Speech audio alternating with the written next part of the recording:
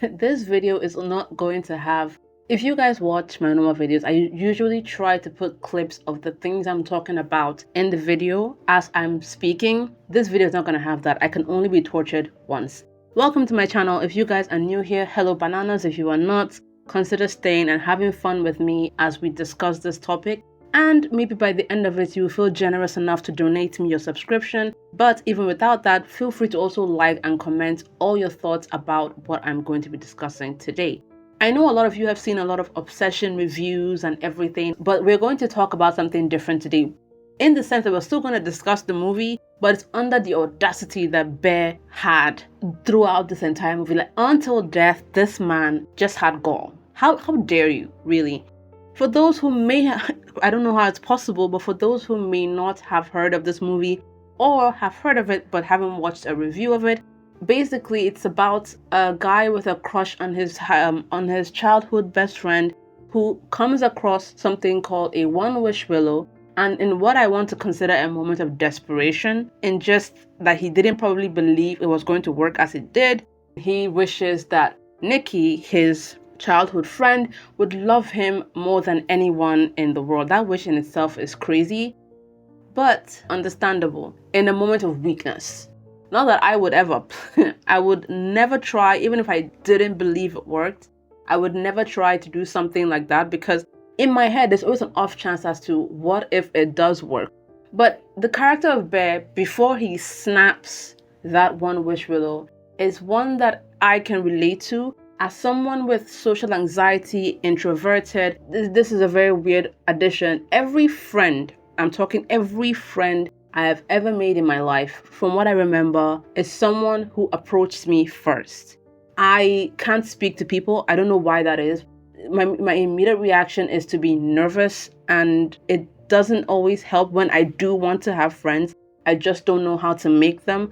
I'm in my 20s, by the way, and this has been me since I was 10. So when Bear doesn't know how to confess, I understand. When Bear is afraid of rejection, I understand. I have never had the courage to tell any of the guys I liked them. I wasn't ready to even let the words come out of my mouth. I didn't know how to formulate that sentence. So while it was embarrassing, or it would be viewed as embarrassing, I just think this is the male representation of me. To the point where he snaps it. After that, we are no longer together. Because that is where his first audacity begins. The audacity of you to make losers look bad.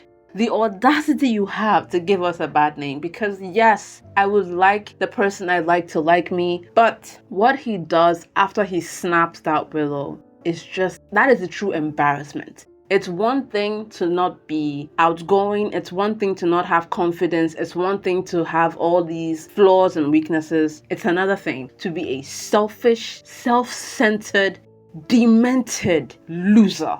Because that is exactly what Bear became. He's living the life in his own eyes, so much so that he has the gall to accept and sleep with Nikki. Now, a lot of people are saying that this is assault because Nikki is not in herself. I agree. Even more so, imagine if Nikki wasn't under a spell. Let's say Nikki was heavily drunk. It's the exact same thing. Whenever a drunk person propositions something to you, you should have, especially if you are sober, you should have the mind to say no. You should have the mind to say, okay, we're going to revisit this topic when you're sober, because I don't believe you. What did Fez say in Euphoria? I don't take anything an addict says seriously. I love you. I hate you. Go yourself. All those things. I don't believe anything an addict says. That is something that should apply to drunks. They say, oh, drunk people are like babies. They only tell the truth. Absolutely not. Drunk people can also lie. Drunk people can also have fogginess in memory. And sometimes a drunk person might not even know you are you. The reason I'm saying this is because imagine someone, Love Rosie. Ah, yes, perfect example. In Love Rosie, Rosie kisses her male best friend and then passes out. When she wakes up in the morning, he's trying to then speak about it, but she's horrified. On her side, she's horrified because she doesn't even remember kissing him. On his side, he is heartbroken that she thinks kissing him was the worst thing that could have happened in her life. But my thought in that scene was, She was drunk. She was drunk. Why would you bank all your emotion on something a drunk person does? Imagine going to bed with someone who is drunk. They may not even know it's you. What if she was thinking you were this hot guy that she's been having a crush on, or this celebrity that she always wanted to go to bed with, so she does sleep with you, only to wake up in the morning and be like, why did we sleep together? I don't like you. Because she was drunk, or he was drunk, if it's the other way around. Whenever a drunk person, heavily drunk, no matter what they say, no matter what the proposition, you have the choice. It is your, honestly speaking, this is probably a push. It is your moral duty as a sober person not to entertain it. Discuss it when they're sober. That is why I say that scene was Audacity on wheels. Because you have Bear throughout this movie till that scene was not in the dark about Nikki's condition. Let's call it condition for now. He was in doubt about the one wish willow being the reason she is so loving now, even though it happened exactly as he snapped it. The audacity of you to make excuses for this. But it's not like Nikki had been perfect the entire time until later on. She would snap out of it. Nikki would snap out of the daze and say things like, what am I doing? Nikki would break free and cuss at herself like, why can't I stop? Nikki would break free and say all these things that should at least indicate, if not the wish, she has something mentally imbalanced in her. And then this, since she doesn't believe the wish is what caused it, this mentally imbalanced person is who you take to bed. I don't know how to put it into words. If at least you don't believe in the wish being the reason, all the other incidents where she is not acting as herself, I don't know how to put it in words. The audacity of you to describe what she is going through as love in any way, shape, or form. If he had even wondered if she was mentally ill, the audacity of you to allow her keep being around you and not seeking immediate verbal help. His friends came to him saying, Nikki is not acting herself, she looks weird. Yeah, she looks weird to you. She's damn right insane to him. He left her at some point in the house and came back to her standing in shit and piss. She stood at the position he left her in, and whenever she had the need to pee, she didn't have the sense to go to a bathroom to pee and then possibly come back and stand there. She didn't have the sense to go to the bathroom to use the shit and then come back and stand there. She did it on the spot because she didn't want to leave the last place she saw him. And you have the gall to be embarrassed and say she's acting weird and want her to be normal. Where are you getting this confidence from? Sir, she is not well. Stop hiding behind this one wish willow and at least show he made losers just look bad. Because if someone I had a crush on spontaneously spawned at my doorstep, and maybe because I am deprived of affection, I'm not, I love myself enough, I accept them to come in, we start a so-called relationship. Once that person starts peeing and shitting themselves, we are going to a doctor. But instead, he would scream at her to be normal. Okay, but she's not being normal. What else is there? He didn't try to sit down with her. And honestly, when I say sit down with her, I mean when he was speaking, he wasn't speaking as someone who cared to understand what was going on. He was speaking as someone who just wanted her to fix herself and then stop embarrassing him wherever they went. Bear. And one of the worst parts is the effrontery to say this line. Bear wakes up in the night or morning, I've forgotten what time of day it was, and it was dark. He's going to meet someone who wants to discuss something with him, Sarah, one of his friends in the friend group, who actually does like him. And as he's leaving, Nikki begins to sleep talk. And let me just take a break to say this. I honestly wonder, maybe I missed it. if Nikki ever figured out that it was a wish of some sort that kept her under this hell, because we do learn later on that wherever she is hellish. Did she at some point realize that Bear did this to her? I don't know, because she doesn't even beg him because she begs him to kill her. Not, hey, how about you take this wish back? How about you take back what you said? No, she says, kill me.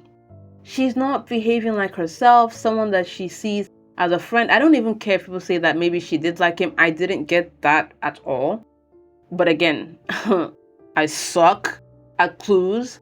But she begs him to kill her, and this drumstick replies to her pleas with, what is so bad about being with me? Bear, how dare you? I mentioned crushes before, and I'm not going to talk about anyone in my real life, but let's talk about celebrity crushes. Let's do something that everybody has. Let's say you get desperate. You get desperate, lonely, sad, whatever it is, and in a moment you take a one wish willow, if that even exists in your world or my world or wherever this is, and you break it. I break it, and this person that I have a crush on, I wish loved me more than anyone in the world. I don't know about you guys and how far you've gone into your celebrity interest. Celebrity interest. What happened to my tongue? I don't know how far you've gone. Some people actually have the confidence to write to these people telling them that they like them. Wow. So for me, never happened. So this is, for me, it will be that someone who doesn't know I exist, someone who doesn't even know my first name, my house, nothing, doesn't even know I like them, showing up at my door. I'm desperate, I'm lonely, I accept it, come in, please. And then not only do they start being weird, not acting like themselves, I don't even think Nikki was going to work anymore. She did say she was going to, I don't know, did she say she was going to quit or that she has quit? This person has a life, and now they can't even make themselves leave your home. Wild.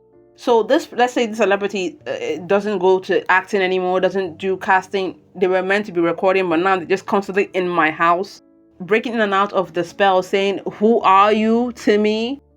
And then one night I wake up and have this person beg me for death. Where would I except delusion, where would I find the audacity to say, what is wrong about dating me? It's not about you, bro.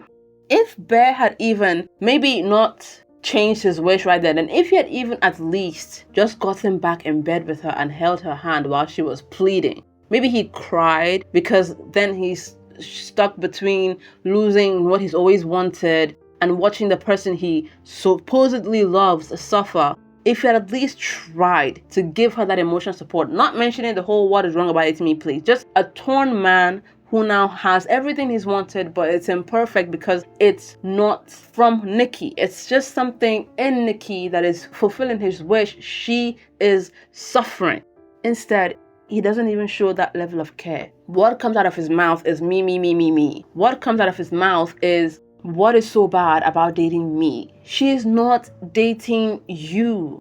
You have imprisoned her in this body, which is crazy because that is her body, but she is now a prisoner.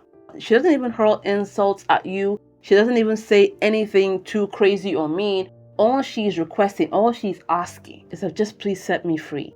And it doesn't register in his self-centered brain that she is going through something. She is suffering. It's, why shouldn't she be enjoying being his girlfriend? Bear, be serious. The audacity of him even leaving her there to go meet with someone else, and the audacity to wish someone loved you more than anyone else in the world, have her now degrade and embarrass herself by peeing on herself, embarrassing herself in front of friends, being too jealous, possessive, and then you have the gall to consider another girl when she tells you that she has interest in you. You should be heavily ashamed of yourself, even considering that, because you've reduced this person to a shell, a husk of what she used to be, and now someone else finally comes and tells you that, hey, actually, I've been interested in you for a while, and you consider it?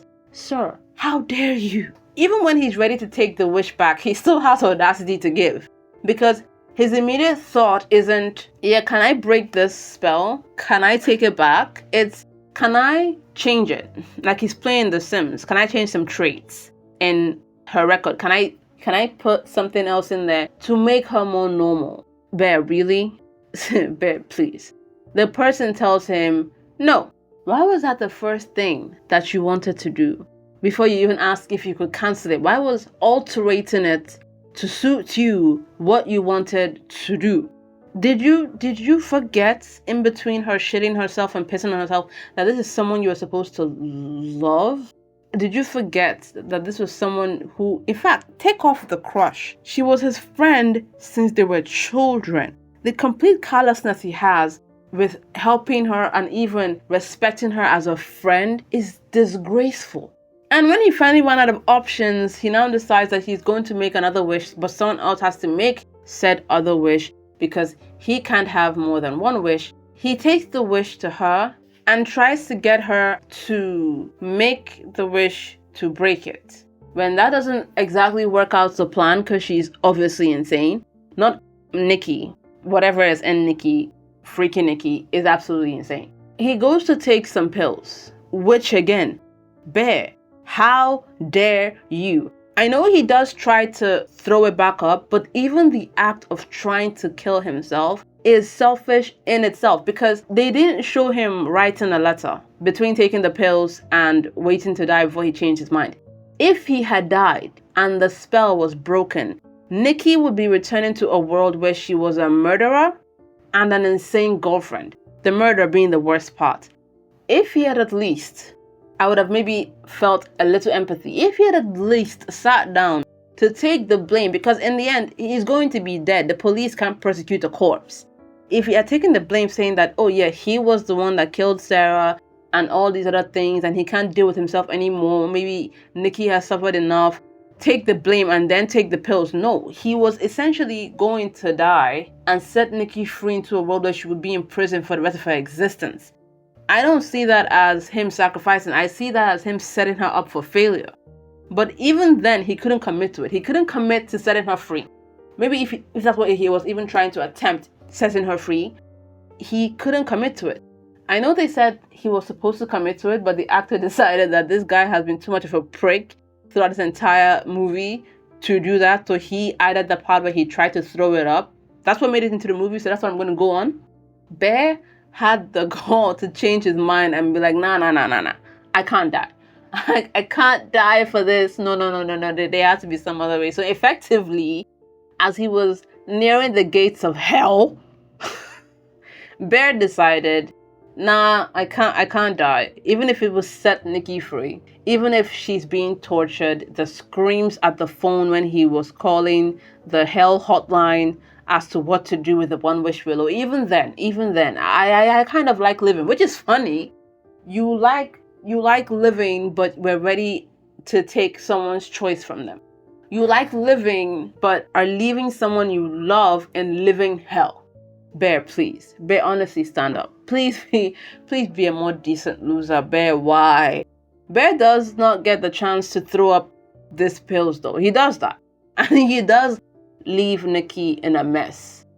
Because just as he's about to throw up, as the spineless coral that he is, are corals even spineless? I think they are hard body. It's just spineless jellyfish. Let's go with that. The spineless jellyfish that he is about to throw up the pills and not save Nikki with his death.